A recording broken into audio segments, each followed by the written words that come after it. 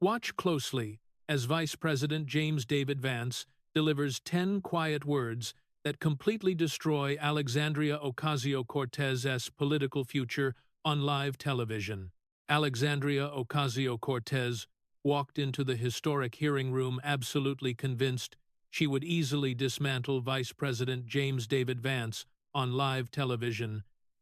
But exactly 43 minutes later, 10 quietly spoken words would completely shatter her 7-year political career, leaving her to whisper a solitary, defeated surrender.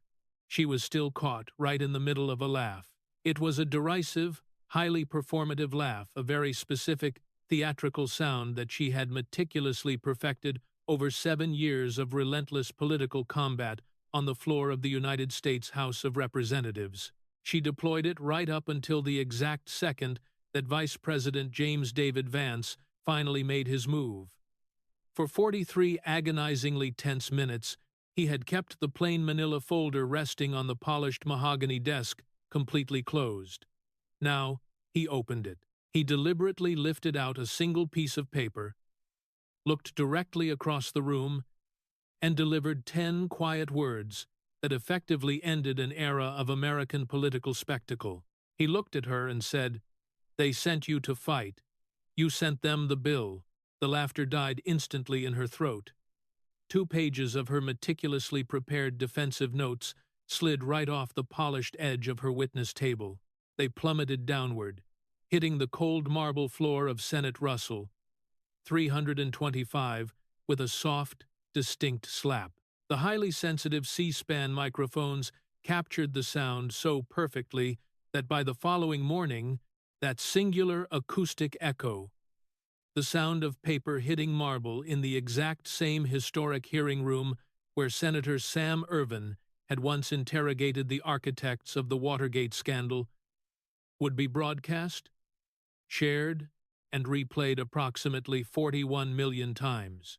At the center of the imposing dais, Chairman Tim Scott of South Carolina maintained an absolute, rigid stillness, deliberately refusing to lift his wooden gavel to restore any semblance of order. Beside him, House Ethics Committee Chairman Michael Guest of Mississippi slowly and deliberately closed his heavy leather binder. But the true, suffocating weight of the room resided exactly 3 rows behind the witness table. Sitting there was a 5'4" 4-year-old Puerto Rican woman from Corona, Queens, named Maria Lourdes Velez.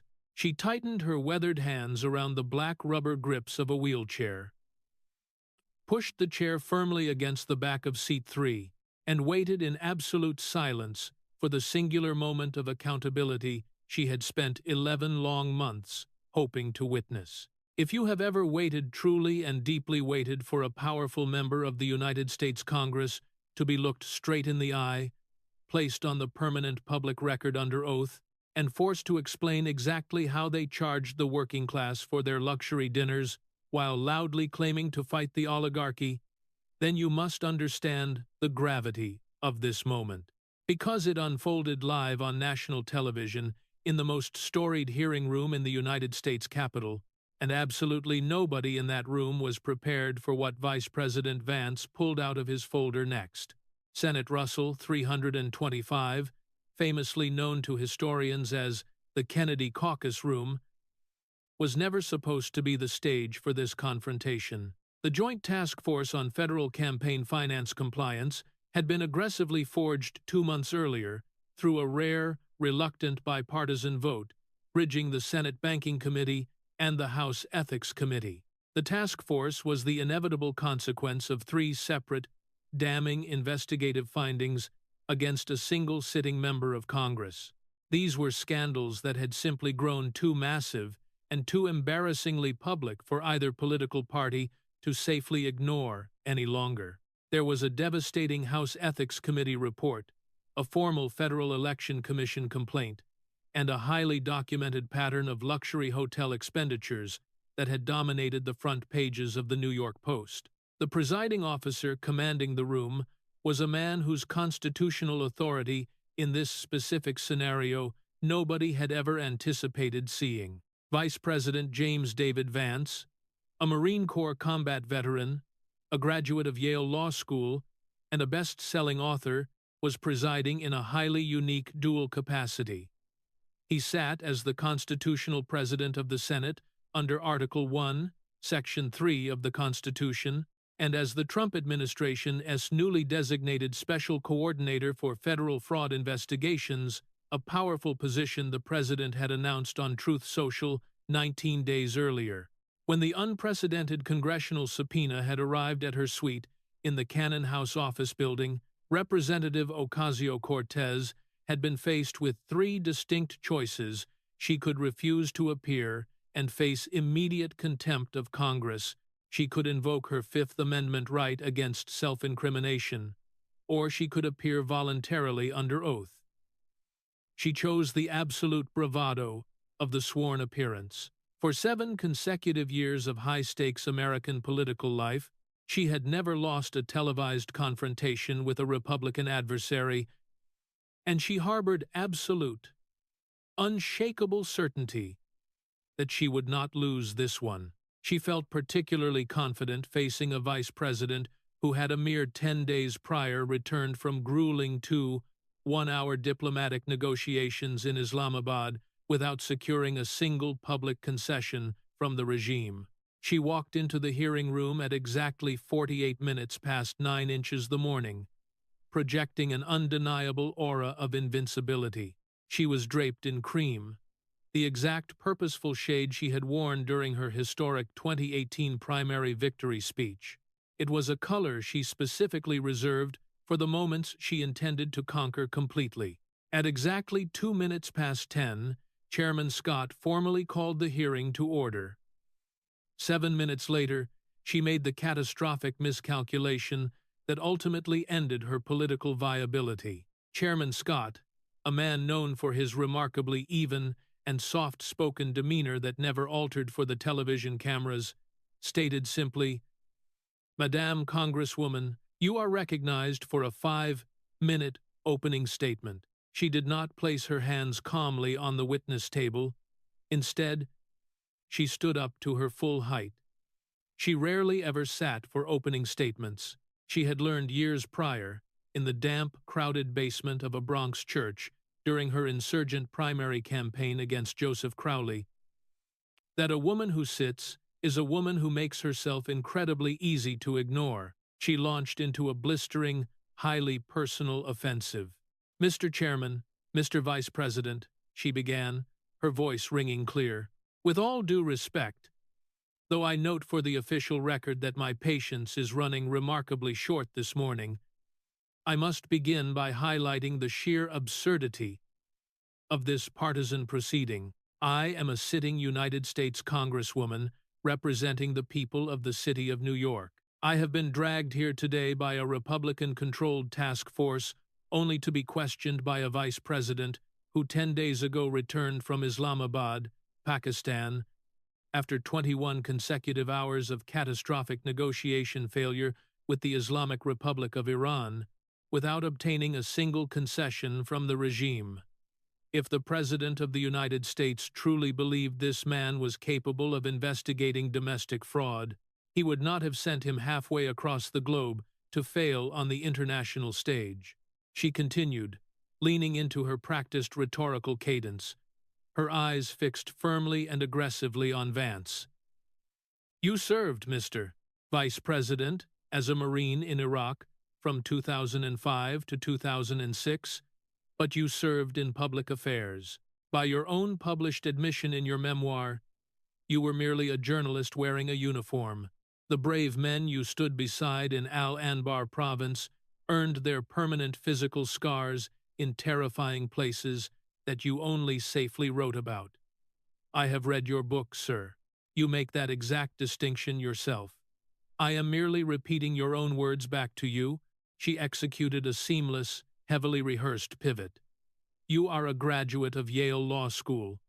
You took $15 million from Mr. Peter Thiel, a billionaire venture capitalist who has publicly stated on the record that he no longer believes freedom and democracy are compatible concepts. You authored a memoir that glamorized the exact kind of generational, systemic poverty that you have subsequently voted to deepen and exploit at every single opportunity during your time in this Congress. By every measure available to you, you have hurt the working class. Your wife, Mrs. Usha Chilukuri Vance, is a corporate litigation attorney for the elite firm of Munger, Tolles, and Olson. Together, you reside in a sprawling 6,000-square-foot mansion in the wealthy East Walnut Hills neighborhood of Cincinnati, Ohio. Furthermore, the American taxpayer directly funded the luxurious renovations to your property when the United States Secret Service moved its protective detail inside. You are, sir, a hillbilly in the exact same way that I am an elite fashion designer. She paused dramatically, turning her shoulders slightly so the bank of television cameras could perfectly capture her profile. Childless cat lady, sir, she spat out, referencing his highly controversial past remarks. That is what you called every woman in this country who has not yet borne a child to a man you would personally approve of. You said it on the public record in 2021, on the campaign trail. I am 36 years old, sir. I am childless. I am childless because I have made the deliberate, conscious decision not to bring innocent life into a country governed by ruthless men who believe the ultimate answer to a child not yet born is to aggressively deport his mother. Her voice rose, building to its planned crescendo. Donald Trump is a fascist. The American people elected a fascist. And you, sir, you of all people, who in the year 2016 referred to Donald Trump as America's Hitler, in private text messages later released by your own former friend, the Democratic state senator from the state of Georgia, Joshua McLaurin, are now the second in command to the man you once described as an authoritarian dictator.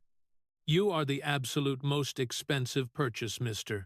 Peter Thiel has ever made, sir, and I am absolutely not going to sit here and be lectured by a billionaire-esque purchase about my campaign finance disclosures. Finally, she turned slightly toward the gallery where Maria sat. And I will certainly not pretend, Mr. Vice President, to be emotionally moved by the sudden, convenient appearance of a witness who has been, let me be generous, invited to this room by nameless Republican operatives whose names I do not yet know, but whose true intentions I am completely certain about. The tragic misfortunes of one single constituent of mine, however unfortunate and tragic, cannot be cynically weaponized against the entirety of progressive social policy by a Republican vice president who could not, in 21 hours of marathon negotiation, secure the release of a single American hostage from the city of Tehran. She returned to face the dais. I yield, Mr. Chairman, she concluded with absolute defiance. I look forward to your questions. I do not expect them to be honest. She sat down, fully expecting the familiar, comforting sound of roaring applause from the Democratic side of the aisle. The silence that followed was completely deafening. Senator Elizabeth Warren of Massachusetts, a progressive icon, did not move her hands to clap. In fact, her pen had completely stopped taking notes exactly 28 seconds into the opening statement and remained frozen over her notepad. Representative Mark DeSaulnier of California, the ranking Democrat on the House Ethics Committee, simply stared downward at the intricate wood grain of his table. Representative Pramila Jayapal of Washington, the powerful chair of the Congressional Progressive Caucus and one of the Congresswoman's closest legislative allies, did not offer a single nod of solidarity during the entire speech. In the third row of the observer gallery, Representative Adriano Espaillat of New York, Dominican-born, formerly undocumented, the highly respected chairman of the Congressional Hispanic Caucus, and a towering figure in New York City's Latino congressional delegation, sat completely motionless. His hands were tightly folded over a small, heavily worn Bible that his late father had given to him in 1971. He closed his eyes tightly for one full, deliberate second. In the back row, the towering 6'8" frame of Pennsylvania Senator John Fetterman leaned forward. He was wearing, for the first time in 18 months as a United States Senator, a dark gray suit jacket. It was an item he had specifically purchased at a Macy's in Pittsburgh 3 weeks prior, just for this historic occasion, leaving his trademark hoodies behind. He planted his heavy hands firmly onto his knees. On the Republican side of the dais, the stoicism was absolute. Chairman Tim Scott did not blink. Senator Cynthia Lummis of Wyoming wrote one single word on her notepad.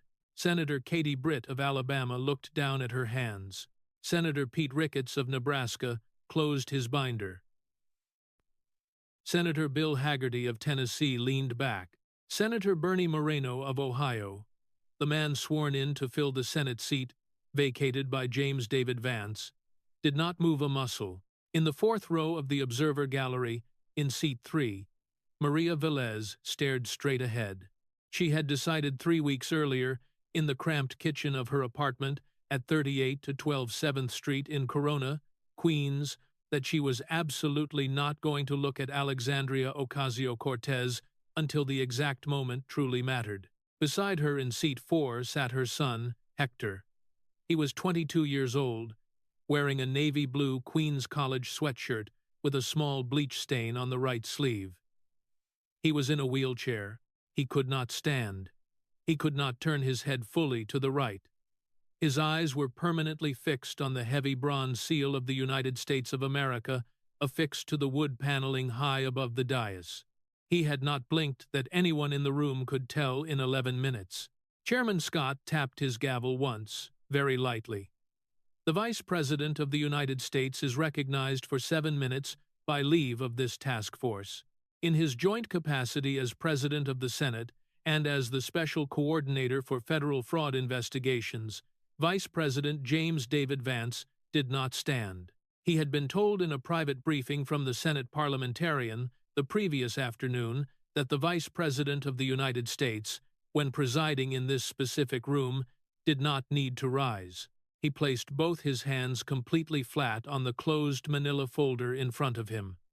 He did not open the folder. When he finally spoke, his voice carried the distinct, unhurried cadence of a man who had grown up in a single-wide trailer in Middletown, Ohio. A man raised by a tough grandmother named Mama. A man who had gone to Ohio State University on the GI Bill after 4 years in the Marine Corps, gone to Yale Law School, and at the age of 31, written a memoir about the people who had taught him to be completely quiet when there was nothing useful left to say. He spoke slowly. He did not raise his voice a single fraction of a decibel. He had not raised his voice in a public proceeding in 3 years. "Madam Congresswoman," he began, his tone almost conversational, "I am going to take some of what you said this morning, and I am not going to fight you on it. I went to Yale Law School. I took money from Peter Thiel. My wife Usha works at Munger, Tolles, and Olson. We live in East Walnut Hills, Cincinnati.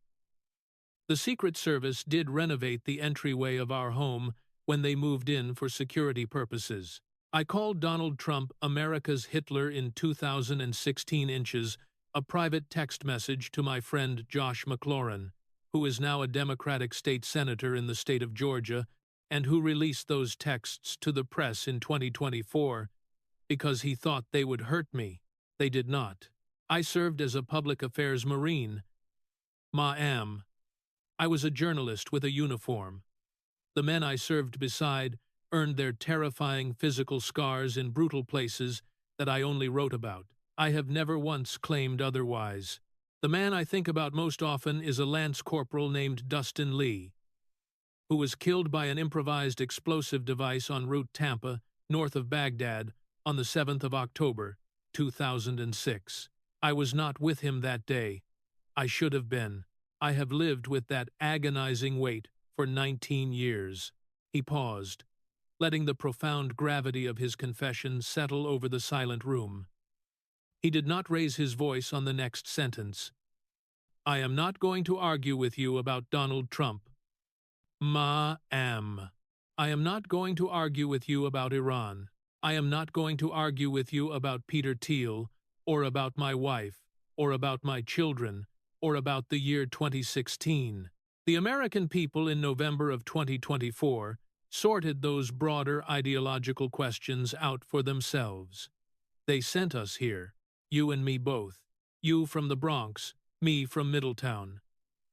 What I'm going to ask you about, ma'am, is exactly what they sent us to do. He deliberately chose to keep the folder closed. Sitting 4 rows behind you, ma'am, in row 4, seat 3, is a woman from Corona, Queens. Her name is Mrs. Maria Lourdes Velez. She was born in Aguadilla, Puerto Rico, in 1971. She came to the United States with her mother in 1976, when she was 5 years old. She has lived at 38 to 12 7th Street in Corona, Queens, since 1983. She is a dedicated public school cafeteria worker at Public School 19, the Marino Jontet School on 48th Avenue, where she has worked for 22 years. She is your constituent, ma'am. She has been your constituent her whole life. She voted for you in 2018. She voted for you in 2020. She voted for you in 2022. She voted for you in 2024. The young man beside her in seat 4, in the Queens College sweatshirt, in the wheelchair, is her son Hector. He is 22 years old. He has not been able to speak more than 3-word sentences since the 18th of May, 2025. I will let Mrs. Velez tell her own agonizing story when her time comes. He paused again, letting the silence stretch. For now, ma'am, I want you to know that I know you saw her when you walked in this morning, and I know you saw her son, and I know you decided not to look. You don't have to defend the decision, ma'am. I am just naming it so we can begin the actual inquiry. The Congresswoman's hand immediately darted to her thick stack of defensive papers. It did not move them yet. Vance smoothly transitioned to the first major scandal, adopting the precise, lethal tone of a trained prosecutor. Madam Congresswoman, on the 25th of July, 2025, the United States House of Representatives Committee on Ethics, composed of 5 Democrats and 5 Republicans, chaired by Congressman Michael Guest of Mississippi, who is sitting to my right at this very table, voted unanimously 10-0 to adopt a report concluding that you impermissibly accepted gifts associated with your attendance at the Metropolitan Museum of Art Costume Institute Gala in September of 2021. Yes or no, ma'am? She tried to deflect. The committee did not find that I knowingly violated rules. The committee found, yes or no, ma'am? Vance cut in softly. Yes. You wore a custom-made gown to that gala designed by a woman named Aurora James, the founder of a fashion label called Brother Vellies. The gown was white. Embroidered on the back in red lettering were 3 words, tax the rich. Yes or no? Yes. You brought your then-partner, now your husband, Mr. Riley Roberts, with you to the gala. You did not pay for his admission. The complimentary ticket was provided by Vogue magazine and Condé Nast as a gift. The committee found that under House Rule 25, the acceptance of that complimentary ticket on his behalf was an impermissible gift to you, in your official capacity, in violation of the gift rule. Yes or no? Yes. You did not pay the designer who made your gown, ma'am, until February of 2022, 5 full months after the event. You did not pay your hairstylist's invoice until late February of 2022, after the agency representing the hairstylist sent your campaign committee a written notice that they would file a complaint with the United States Department of Labor against your campaign committee on the following business day, if invoice was not paid. Yes or no, ma'am? The committee, my staff, yes or no, ma'am? Yes. The committee, in its report, used a phrase I want to read into the record. They said of your payments, quote, "But for the Office of Congressional Ethics Investigation, several of these payments may not have been made at all." End quote. Yes or no, ma'am? A very long, agonizing pause followed. Yes, the committee ordered you to make additional payments of approximately $3,000 in personal funds to compensate for the fair market value of certain gifts you received. Have you, ma'am, as of this morning, completed those payments? My chief of staff has. Vance did not yell, but his quiet observation cut deeper than any shout.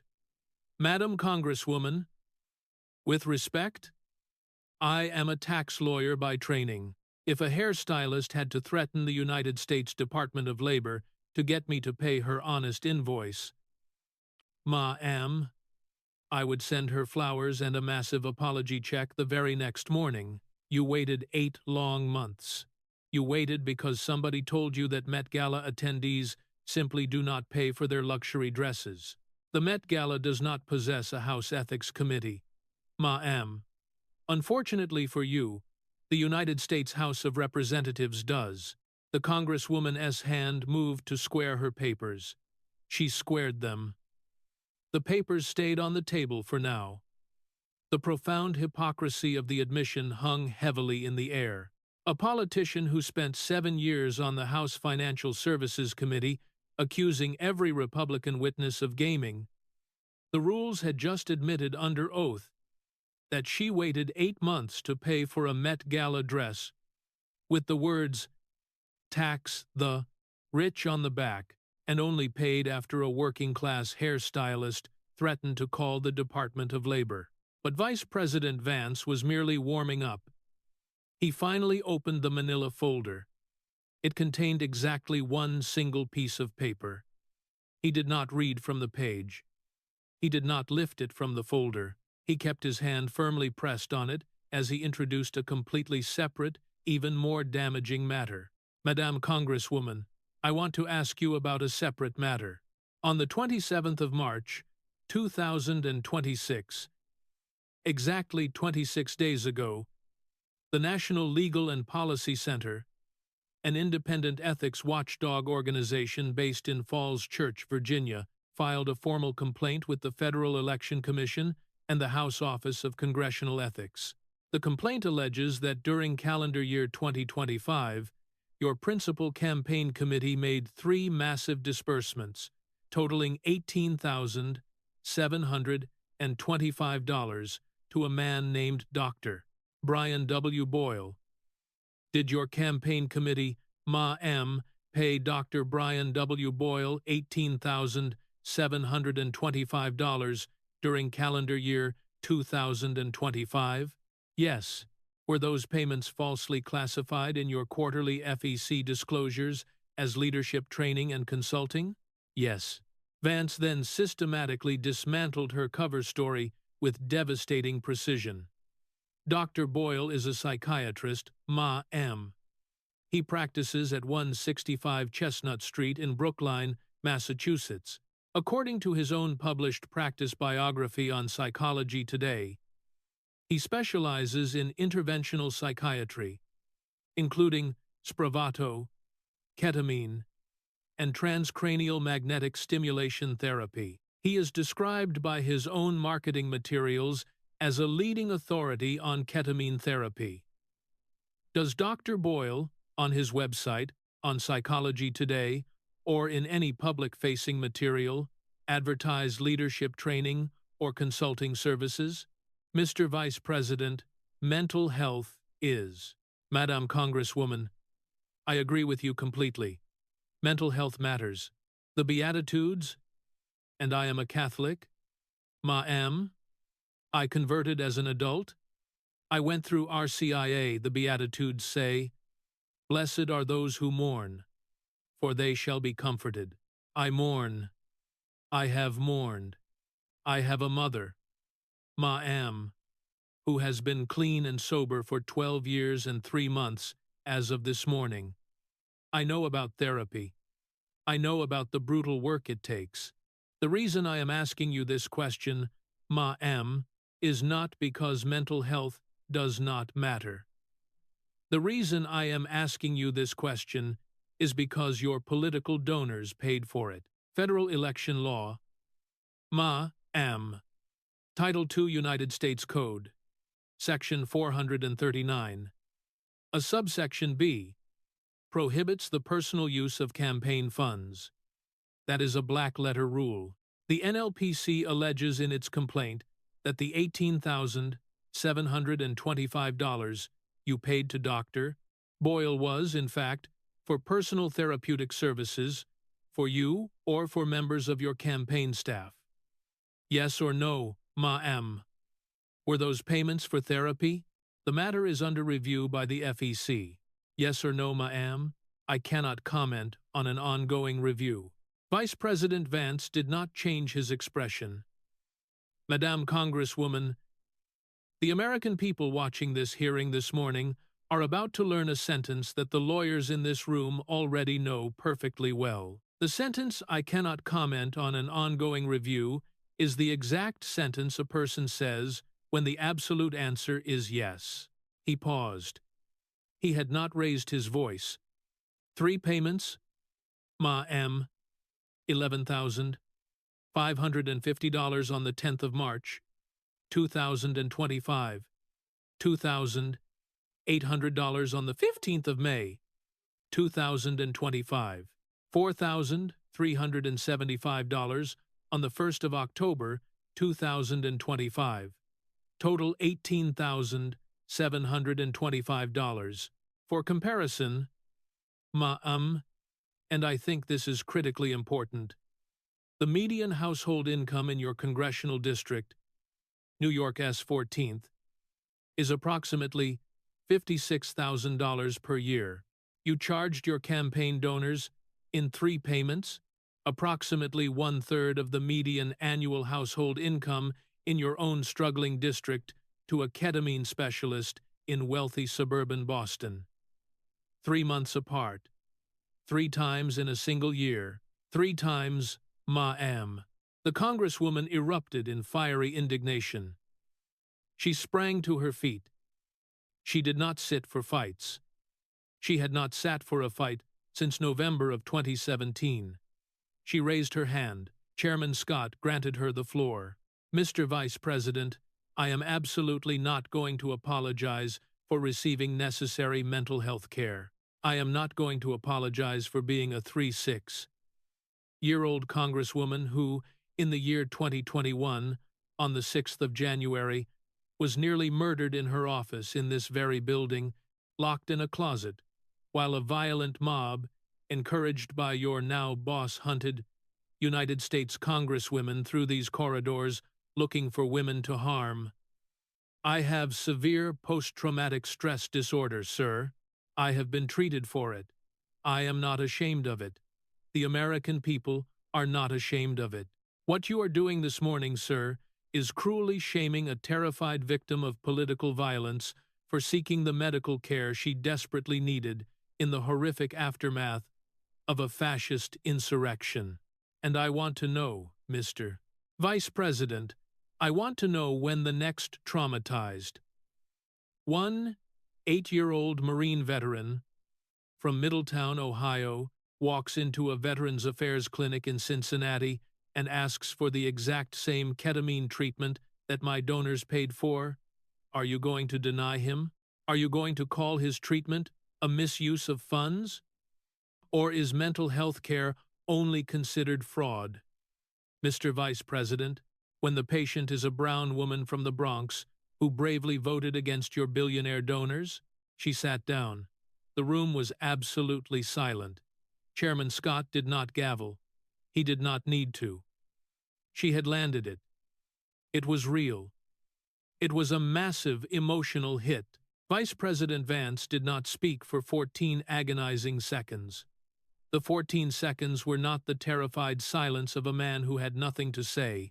They were the cold, calculated silence of a man who was actively deciding whether what had just been screamed at him deserved a full response or merely a brief acknowledgement. He chose Acknowledgement. Madam Congresswoman, I was just in Middletown last weekend. Ma'am. I was visiting my mother. She is 60 years old. She has been clean since the 7th of January, 2014. She has a modest job. She has a small home she pays for herself. She has, every single day of her life, every absolute right to therapy. She also pays for it, ma'am, completely out of her own pocket, with money she physically earned through hard labor. She does not fraudulently bill her political donors for her medical bills because she is not a corrupt member of Congress. The ethical distinction is a small one to you, but it matters immensely to the taxpayer. He turned the page over. The other side of the page was now completely visible. And ma'am, for the permanent record, since you aggressively raised the comparison, every single brave Marine veteran from Middletown, Ohio, who walks into a Cincinnati Veterans Affairs clinic and asks for ketamine therapy receives that intensive therapy directly from the United States Department of Veterans Affairs, not from an exclusive private psychiatrist in wealthy Brookline, Massachusetts, not secretly coded as leadership training in shady quarterly installments. They get it from the VA, free of charge to him. Because we, the American people, owe him that profound debt through our taxes. He set the page back down. Now, ma'am, I want to read you something. Vice President Vance finally lifted the single piece of paper out of the folder and held it up high for the C-SPAN cameras to capture. The page was visible to the entire room. On the left side of the stark white page were 7 specific dates written in a perfect column. On the right side, directly beside each date, were the names of 7 extraordinarily expensive luxury hotels and elite restaurants. Madame Congresswoman, Vance continued, the historical weight of the room amplifying his quiet voice.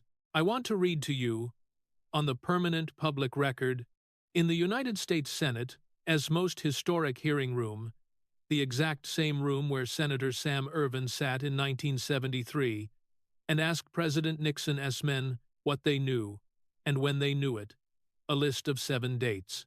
On each of these 7 dates in calendar year 2025, a woman named Mrs. Maria Lourdes Velez, who is sitting in row 4, seat 3, directly behind you, frantically called your district office at 88-0, 843rd Avenue, in Long Island City, Queens.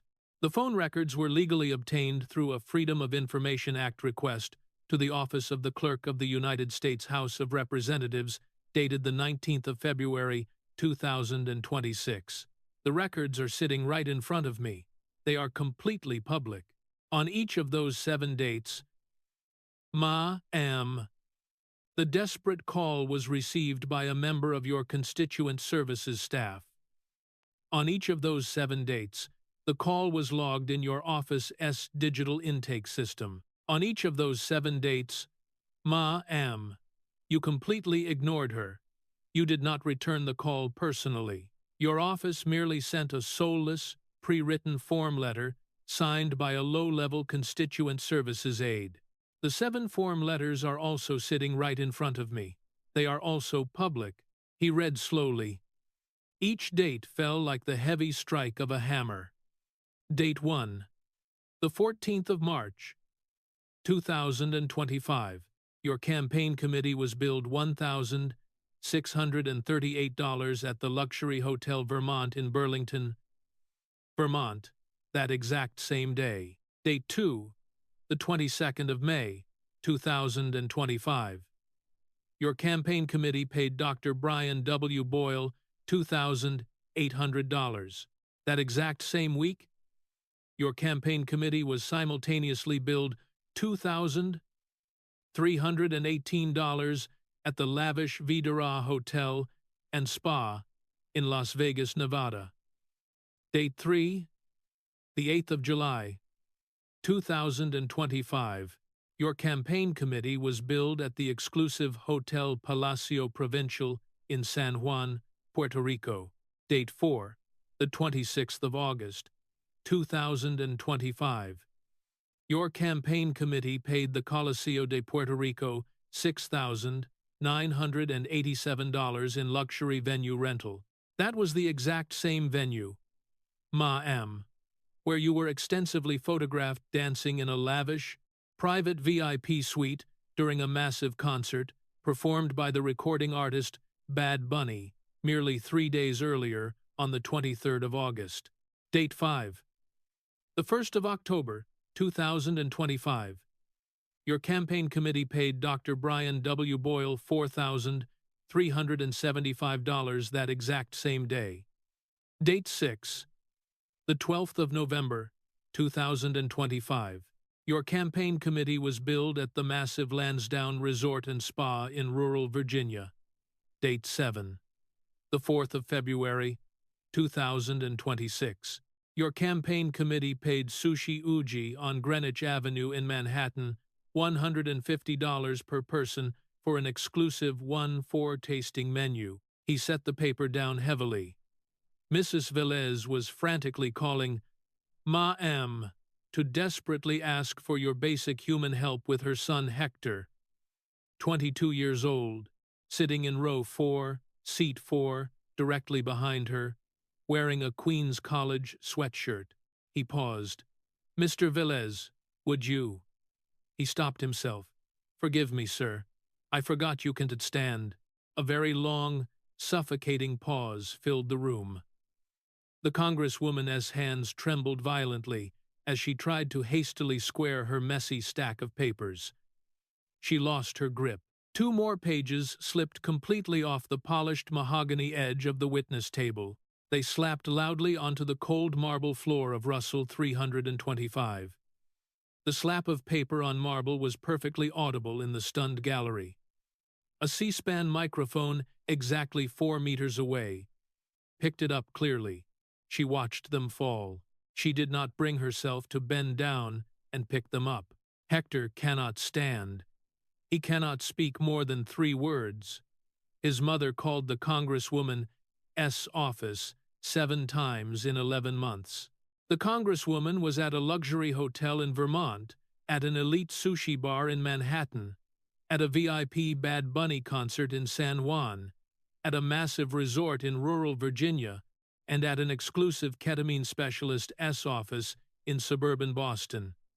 7 desperate phone calls, 7 soulless form letters. Personnel response. So, Chairman Scott then formally looked down at his agenda.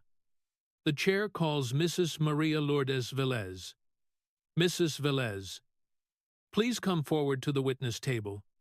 Maria stood up with quiet dignity from row 4. She bravely wheeled her son Hector up to the front of the witness area and meticulously parked his wheelchair directly beside the chair to Alexandria Ocasio-Cortez's right.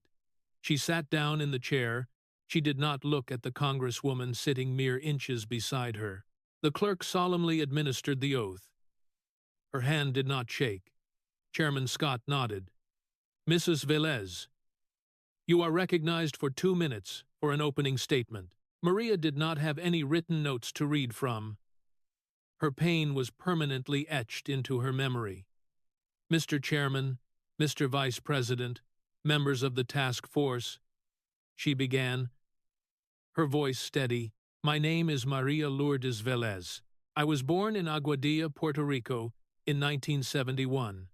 I came to the United States with my mother in 1976 when I was 5 years old. I have lived in Corona, Queens, since 1976. I have lived at the exact same address, 38 to 12 7th Street, since I was 12 years old. I am a dedicated public school cafeteria worker at Public School 19, the Marino Jontet School on 48th Avenue. I have worked there for 22 years. I have voted in every general election since 1992. I voted for Bill Clinton. I voted for Hillary Clinton. I voted for Joseph Biden. I voted for the Congresswoman in 2018, in 2020, in 2022, and in 2024. On the 18th of May, 2025, my son, Hector, 22 years old, a junior at Queens College, a bright biology major actively planning to take the medical college admission test in the spring of 2026, was brutally attacked from behind on the platform of the number 7 train at the 90th Street Elmhurst Avenue, Anapizo. He was simply returning home from a late study group at the Flushing Meadows branch of the Queen's Library. He was wearing his Queen's College sweatshirt, the exact same one he is wearing right now. The man who violently attacked him was a 28-year-old citizen of the Bolivarian Republic of Venezuela. He had entered the United States illegally in May of 2023 through the southern border near Eagle Pass, Texas. He had been arrested 3 separate times in the city of New York, once for violent assault in the Bronx in October of 2023, once for criminal possession of a weapon in Queens in March of 2024, once for violent assault on a police officer in Brooklyn in November of 2024. On each of those 3 arrests, the United States Immigration and Customs Enforcement Agency filed a formal written detainer request with the New York City Department of Correction. On each of those 3 arrests, the New York State Department of Correction inexplicably released the man without notifying ICE, in strict compliance with the New York City sanctuary policy that the Congresswoman sitting next to me has publicly, proudly, and aggressively defended on the floor of the United States House of Representatives in the years 2019, 2021, and 2023. On the 18th of May, 2025, that violent man hit my son in the back of the head with a heavy length of metal pipe. My son fell forward onto the hard concrete platform. The man hit him again and again. He stopped only when a brave man named Mr. David Chen, a 51-year-old maintenance supervisor from Flushing, heroically pulled him off and held him down until the New York Police Department finally arrived. My son was hospitalized for 17 agonizing days at New York Presbyterian, Queens. He has been a permanent resident at the Burke Rehabilitation Hospital in White Plains, New York, since the 11th of June, 2025. He cannot speak more than 3-word sentences. He has catastrophic, irreversible frontal lobe brain damage. He has not returned to Queens College. He will never take the medical college admission test. Between the 20th of May, 2025, and the 5th of February, 2026, I desperately called the Congresswoman's district office 7 times. I asked each time for one simple thing. I asked for a meeting. I am the Congresswoman's constituent. My son is the Congresswoman's constituent. I have faithfully voted for her 4 times. I asked for one brief meeting. I received 7 soulless form letters. Each one was signed by a person whose name I did not recognize. None of them was the Congresswoman. Mr. Vice President, I am not asking for an empty apology. I am not asking for the Congresswoman's resignation. I am absolutely not asking for money. The man who hit my son is gone. The state of New York charged him. He was recklessly released on bail on the 23rd of May, and he has not been seen since. The Lord and the agency will deal with that in that order. I am asking, and I am asking only this, that the very next time the Congresswoman from my district stands on the floor of the United States House of Representatives and proudly says the words, "Abolish ICE," she remembers that the violent men her policy released walked the exact same. Number 7 train my innocent son walked. That is all I came to say, Mr. Vice President. I yield. The Congresswoman, fully panicking, desperately tried to interject. Mr. Chairman, I formally object to the relevance of this testimony. Chairman Scott slammed his gavel. Madame Congresswoman, the witness has not finished. You are absolutely not recognized. I am finished. Mr. Chairman, Maria said quietly. Then the chair excuses Mrs. Velez with the profound gratitude of this task force. Hector had not moved his eyes from the seal of the United States. He had not moved them that anyone in the room could tell since the hearing began. Chairman Scott looked down at his agenda. The chair recognizes, on a point of personal privilege concurrent with the jurisdiction of this task force, the gentleman from the state of New York, Congressman Adriano Espaillat, chairman of the Congressional Hispanic Caucus. The chair grants him 1 minute. Representative Espaillat stood up slowly from the third row of observer seats. He was 71 years old. He wore a sharp charcoal gray suit and a small Puerto Rican flag pin on his lapel. His constituents in New York's 13th Congressional District were predominantly Dominican, but his neighbors on West 186th Street in Washington Heights had been Puerto Rican for 40 years, and he had proudly worn the pin to the swearing-in of every Puerto Rican mayor of the city of New York since Fernando Ferrer's primary run in 2005. He was holding a small, heavily worn Bible his father had given him in 1971, the exact year he overstayed a tourist visa and entered the United States as the man we now call an undocumented immigrant.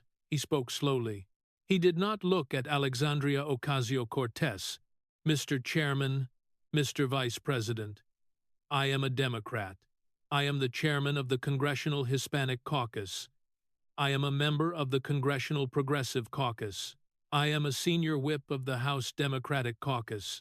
I represent New York's 13th Congressional District, which sits adjacent to and shares city blocks with the district represented by the gentlewoman from New York, sitting to my left. I am not here this morning to defend the Vice President. I voted against his confirmation as a senator from Ohio in 2023. I have voted against the legislation he has sponsored. I will continue to vote against his administration on most matters. I am here, Mr. Chairman, purely because of what Mrs. Velez just said. I came to this country in 1965. I came on a tourist visa. I overstayed it. I was, for a time, a very long time, what my colleagues now call an undocumented immigrant. I am the first formerly undocumented immigrant ever elected to the United States House of Representatives. The men and women of the Hispanic Caucus elected me in November of 2024 unanimously to forcefully represent them on these exact matters. I am going to say something right now that I do not expect to be popular with my own caucus this afternoon. There is a massive, unforgivable difference, Madame Congresswoman, between the desperate man who comes to this country to work, back-breaking labor to put his children through Queen's College, the exact way my mother put me through Queen's College in 1973, and the violent man who hit Hector Velez on the platform of the number 7 train. There is a profound moral difference between fighting for the basic human dignity of the migrant and giving total legislative cover to the violently criminal. Hector is sitting in row 4 in a wheelchair in his Queen's College sweatshirt, precisely because we and I completely include myself in this failure. We, Madam Congresswoman, I do not exempt myself, failed to make that distinction clearly enough. He finally turned. He faced her directly. Hermana, sister, I am asking you, not as a member of the political opposition, but as the chairman of the caucus you and I both belong to simply look at Mrs. Velez one single time before this hearing ends, and to say something human. The word sorry is not required. The phrase, I see you, would be more than enough. A suffocating pause stretched over the room. The Congresswoman did not turn her head. Her dropped papers were still resting on the floor. Mr. Chairman, Espaillat said, his voice thick with profound, visible sorrow. I yield. He sat down heavily. Senator John Fetterman immediately raised his massive hand. Chairman Scott recognized him. He stood up. A towering 6'8" frame, the dark gray suit jacket, the only one he currently owned, sat slightly tight at his broad shoulders. He had bought it exactly 3 weeks earlier at the Macy's at South Hills Village Mall in Pittsburgh. specifically for this historic hearing, primarily because his wife Giselle had told him that on this particular day, in this particular room, he was going to want the jacket. Mr. Chairman, thank you. I am a Democrat. I am the senior senator from the state of Pennsylvania. I aggressively voted against most of the vice president's legislation when he served alongside me in this chamber. I have voted against most of his administration's cabinet confirmations, with the rare exceptions of Marco Rubio and Lori Chavez Derimer. I will enthusiastically continue to vote against most of what this White House proposes for the remainder of my elected term. I completely disagree with the Vice President on the war in Ukraine. I profoundly disagree with him on Gaza. I furiously disagree with him on Iran. I disagree with him on a great deal. I am absolutely not here, Mr. Chairman, to defend his politics. I am not here as his friend. I am here because I proudly served as the mayor of a struggling steel town called Braddock, Pennsylvania, from January of 2006 to January of 2019. The median household income in Braddock during my entire time as mayor was approximately $27,000 per year. 38% of the innocent children in Braddock lived far below the federal poverty line. My constituents, every single one of them, were the exact people the gentlewoman from New York constantly calls the working class on her highly curated social media accounts. And I want to tell the gentlewoman from New York something permanently on the record right here on C-SPAN in this room this morning. He did not raise his voice. He spoke with a quiet, furious intensity. Working-class people in Braddock, Pennsylvania, do not stay at the exclusive Lansdowne Resort and Spa, Working-class people in Braddock absolutely do not eat $150, four-course luxury tasting menus on Greenwich Avenue.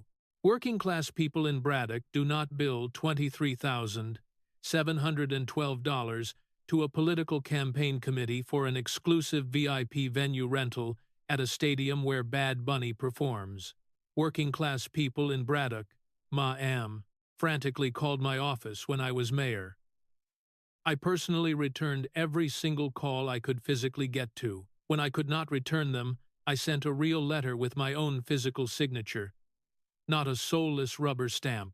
I am not going to sit here and pretend, that the working-class people of this entire country sent you to Washington to do what you so clearly did this past year. They did not. They sent me to Washington with the exact same expectation, and I have absolutely failed them at it more times than I am ever proud to admit. But I have not failed them with their money. Not one single time. I yield, Mr. Chairman. He sat down heavily. Russell 325 was completely silent. It was not the dramatic silence of a gasp. It was far quieter than that. It was the profound, heavy silence of complete political recognition. Two highly prominent Democrats had just publicly, permanently dismantled the ideological and moral foundation of one of their most famous, previously untouchable colleagues. Chairman Scott spoke. The Vice President of the United States is recognized for the balance of his time. Vice President Vance did not stand. A Vice President presiding does not stand. He had exactly 2 minutes and 43 seconds left on his original allotment. He used 1 minute and 58 seconds. Madame Congresswoman, I'm going to do something the gentleman from New York just asked you to do. Ma'am. And I deeply want you to forgive me for it, because I truly think it's the only thing left in me to do today. I want you to know, ma'am, that I see you. I know you came to this ruthless town in January of 2019. I know exactly what it cost you, emotionally. I know you courageously walked into a massive building full of arrogant men who had been here for 30 years and who arrogantly decided before you ever said a single word that you were just a fool. I know exactly what it took to fiercely face them down. I know you have been violently threatened. I know you were terrifyingly hunted in the corridors of the Capitol on the 6th of January, 2021. I know you have been called horrific names in this chamber that no woman in this chamber should ever have to be called. I'm not sitting here pretending none of that trauma happened. Ma-am. It absolutely did. It counts. But that was a long while ago now. He paused. He spoke even more quietly. And what I want to know, and what I truly think, Mrs.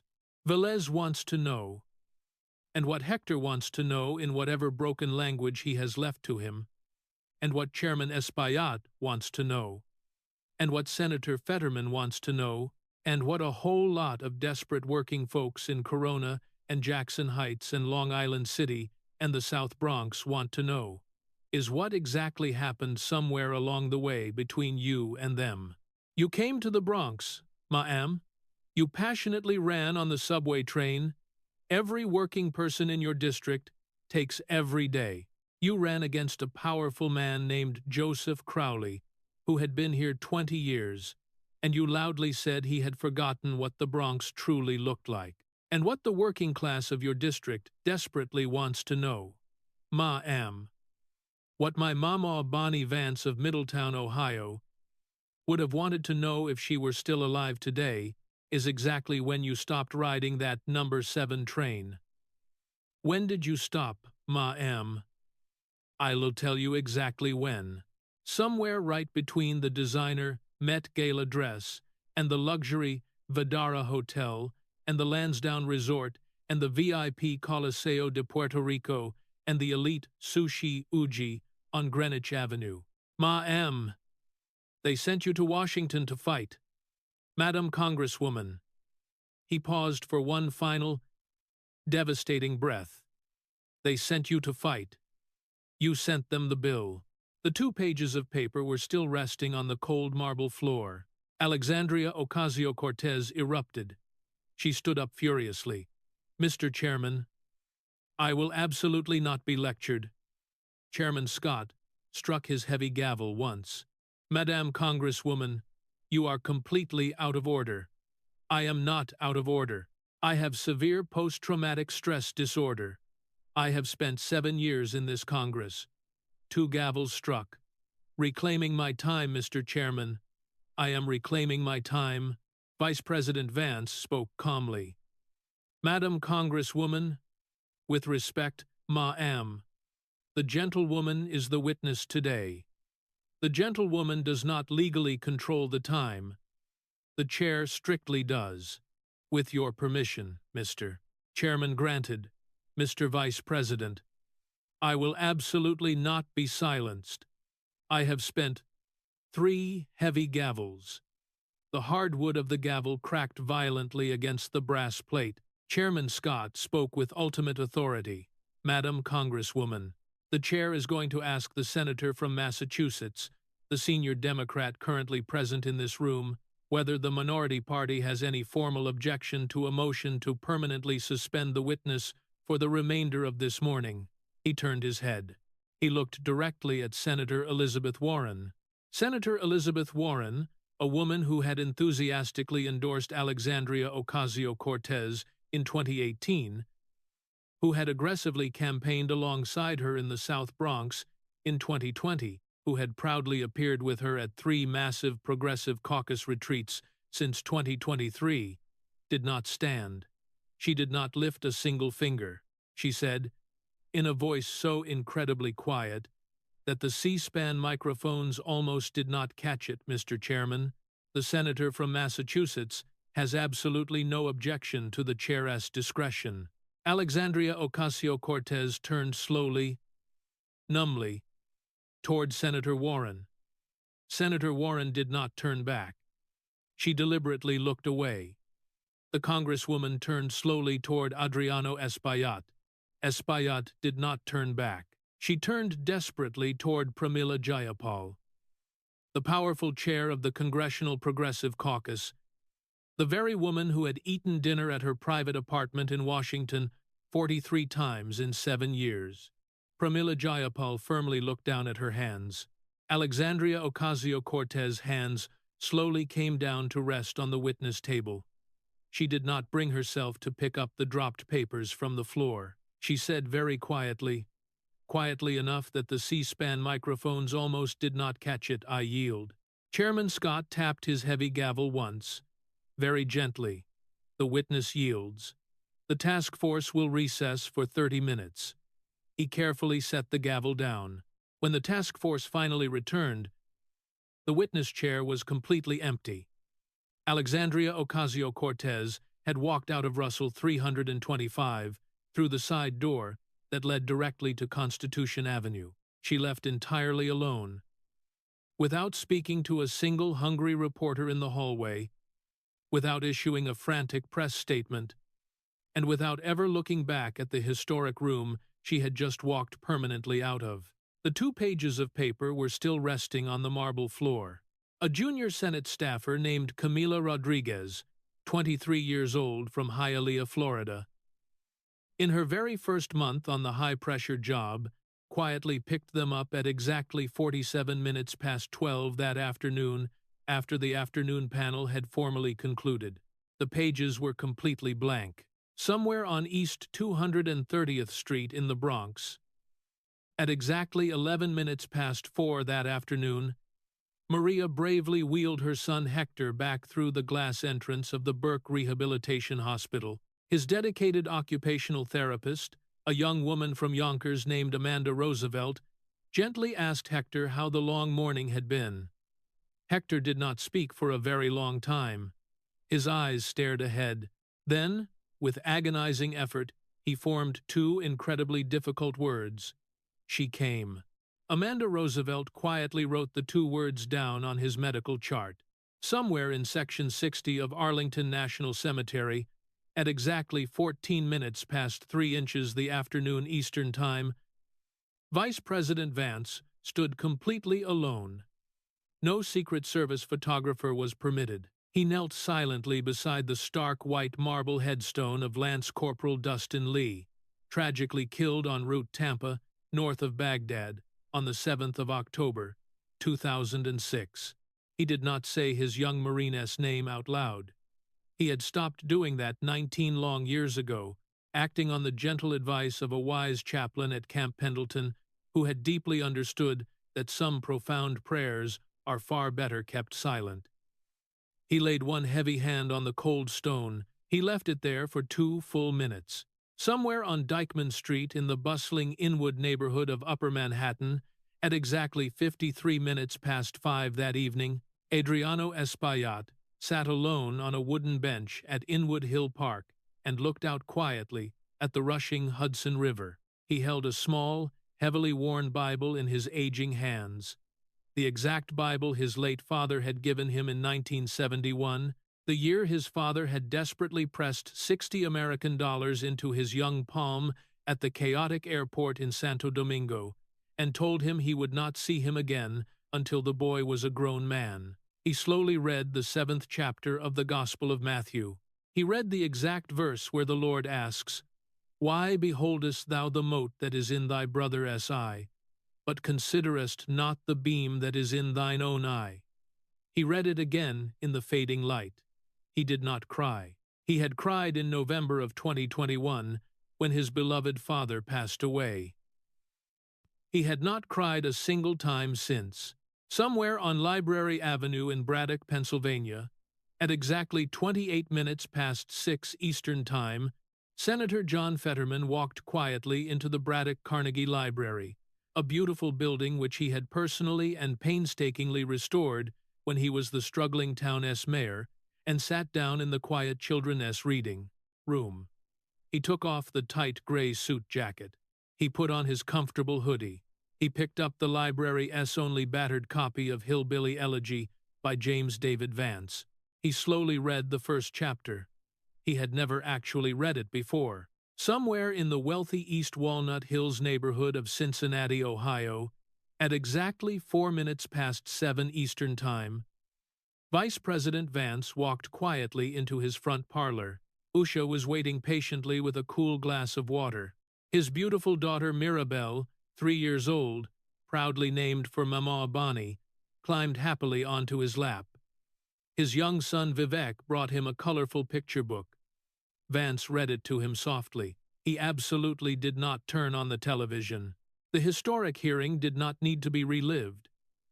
When Mirabel asked, "Daddy, you tired?" Vance smiled softly and said, "A little, kiddo." Mirabel looked up and said, "Mommy used to say, tired is just tomorrow's job." Vance closed his eyes briefly and said, "She did, honey." He kept reading to his children. Within 72 hours, Mike Casca, the powerful chief of staff to Representative Ocasio-Cortez, formally resigned. His terse statement, distributed to hungry political reporters at exactly 8 minutes past 6 on a Saturday morning, absolutely did not mention the historic hearing, did not mention Maria, and named no one. Within a week, Representative Pramila Jayapal formally stepped down as chair of the Congressional Progressive Caucus, citing vague personal health reasons.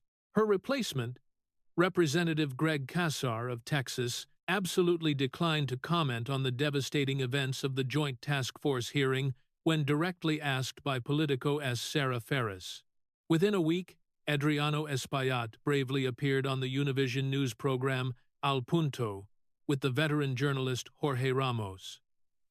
Ramos pointedly asked him whether he regretted his explosive statement in Russell 325. Espaillat looked directly into the camera and said in perfect Spanish, "For me, familia? No. For Hector? No. For my family? No. For Hector? No." He did not need to say it twice. Within 2 short weeks, the Federal Election Commission's Office of General Counsel formally accepted the National Legal and Policy Center's complaint and rapidly opened a matter under review. Dr. Brian W. Boyle's aggressive attorney, Margaret Cleary, of Boston, Massachusetts, quickly issued a defensive statement in which she firmly claimed the term leadership training had actually been suggested by a member of the Ocasio-Cortez campaign staff. Absolutely not by Dr. Boyle, and that her client did not advertise such services precisely because he did not provide them. Within a month, the Q1 2026 Federal Election Commission financial report from Alexandria Ocasio-Cortez for Congress disclosed exactly 0 new luxury hotel disbursements. Within 3 short months, on the 2nd of August, 2026, Representative Ocasio-Cortez officially issued a statement announcing that she would absolutely not enter the 2028 presidential race. Her brief statement, released by her acting chief of staff at 41 minutes past 6 on a Saturday morning, did not mention the devastating hearing, did not mention Maria, did not mention Hector, did not mention Adriano Espaillat, did not mention John Fetterman, did not mention the vice president, and named absolutely no one. She did not seek a televised emotional farewell address. She did not request a prestigious Brookings Institution honorary fellowship, though one had reportedly been offered behind closed doors. She did not publish the lucrative campaign memoir she had reportedly been working on for years. Within 6 months, Senator Fetterman proudly introduced, with formal, highly publicized endorsement from Vice President Vance, on behalf of the Trump administration, the Federal Office Ethics Act of 2026. The bipartisan bill legally required real-time Federal Election Commission disclosure of all member campaign expenditures over $1,000. It successfully passed the Senate 73-21 on the 14th of October, 2026. 26 Democrats bravely voted yes. Hector slowly began to recover.